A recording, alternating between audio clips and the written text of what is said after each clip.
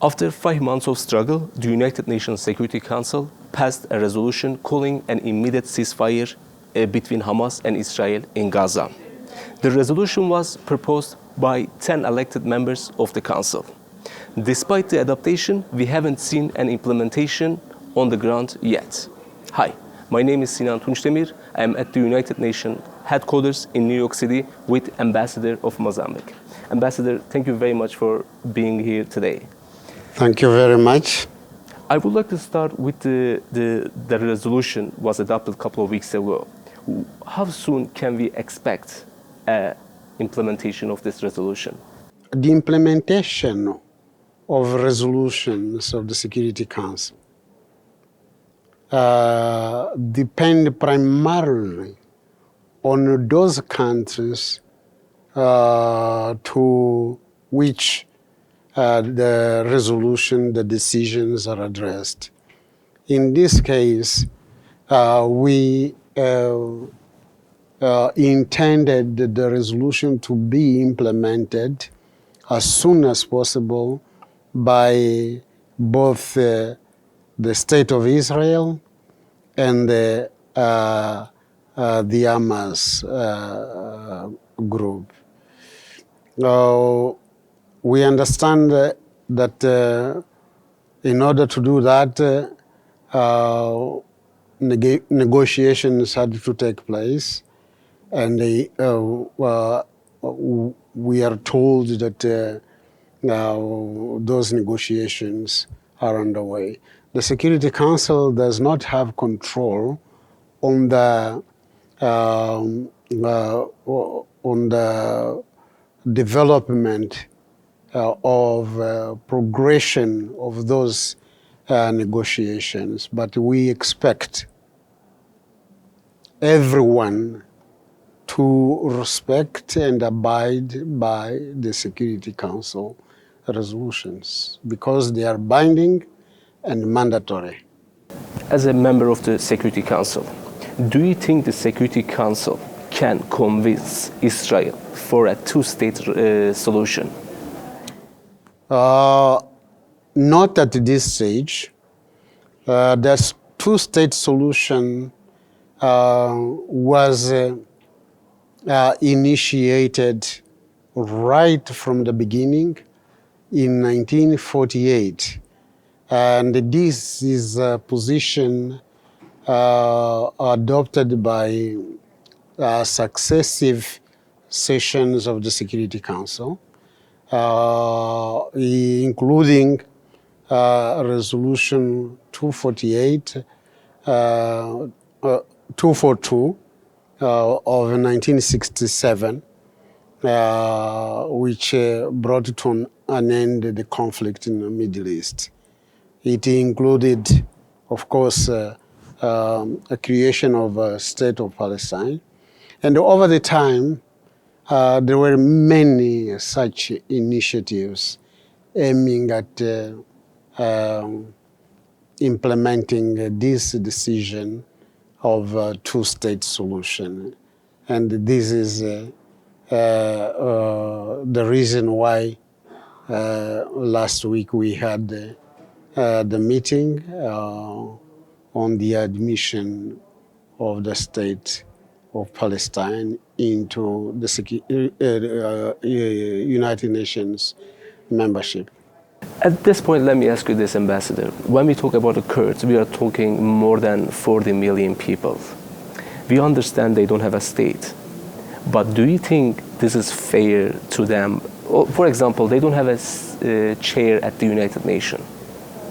So do you think this is fair to 40 million people because they don't have because they are stateless?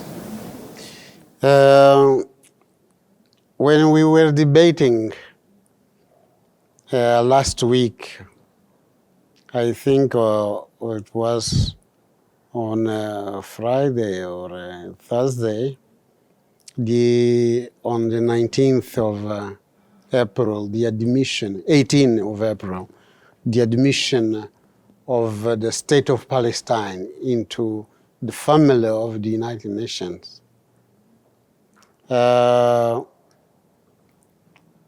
Mozambique stated in our intervention that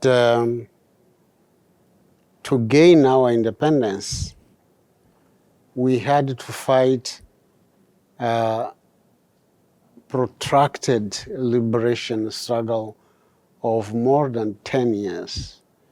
But the Portuguese occupation, the Portuguese colonization was there for more than 500 years. So to say that independence, self-determination,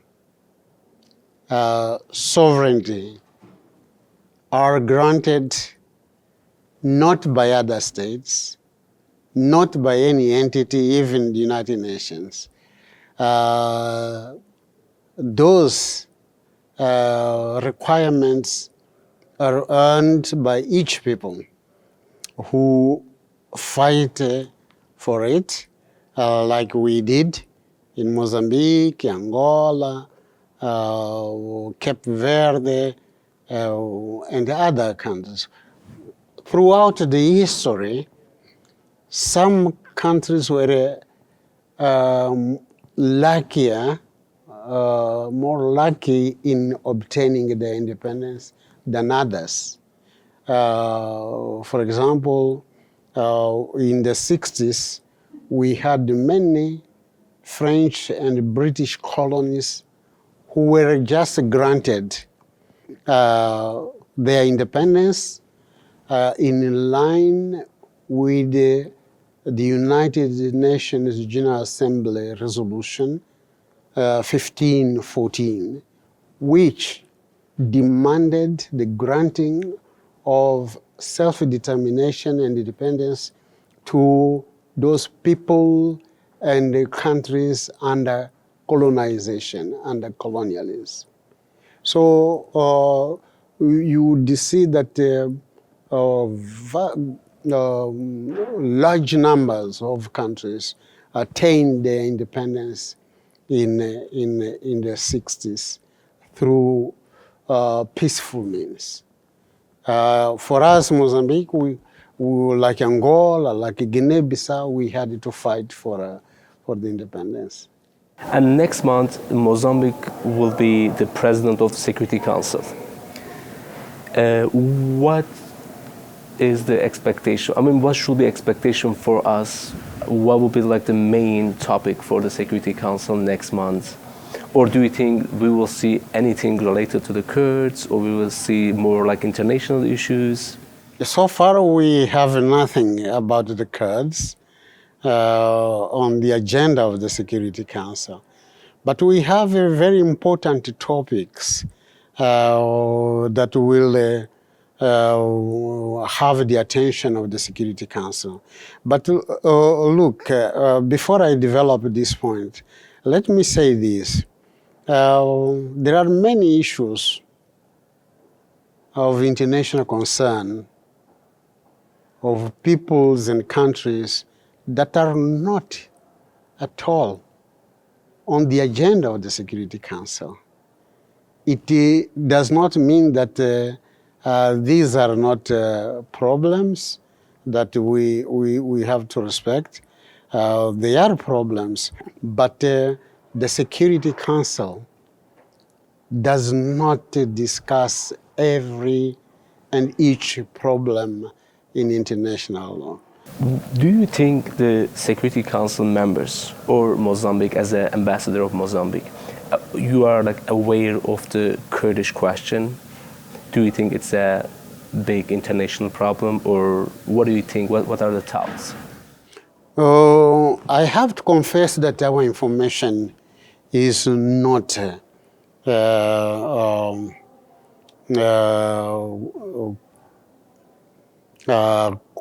clear and complete on the Kurdish question. We can, I can promise that after this interview, I will look into the matter, and I'll try to read more in order to deepen my knowledge about the issue and eventually advise my government on that basis. Okay, I would like to finish with one more question about Mozambique. I saw on the news, according to news stories, there is also a humanitarian crisis happening there. According to news stories. What's the situation in Mozambique regarding the humanitarian aid, humanitarian assistance? Yes, we have a very serious humanitarian situation. The root cause is the situation of terrorism in Mozambique. Terrorism that is not homegrown. It was imported. It was originated from abroad, from a few neighboring countries, from DRC, from Somalia. So we are witnessing the spread of terrorism in Africa. And this is the reason why we are talking about the Africanization of terrorism. Conflicts in the Middle East, conflict in Libya made it possible that terrorism gained ground, a lot of ground in Africa, into Africa. So as a consequence of the prevalence of terrorism in Mozambique, we are having many displaced people because terrorists attack villages, some small towns and places. So they disrupt the normal life of populations. And this is what is causing a very serious humanitarian crisis. We are taking steps to stem the spread of terrorism, and we are being successful in that mission. But terrorism is terrorism. You cannot entirely control and avoid it. So this is the situation. On the other side, I will say that there is a lot of support by the international community to our needs, both humanitarian and in our fight against terrorism. Ambassador, thank you again for being here today, answering all our questions. Thank you very much. Thank you.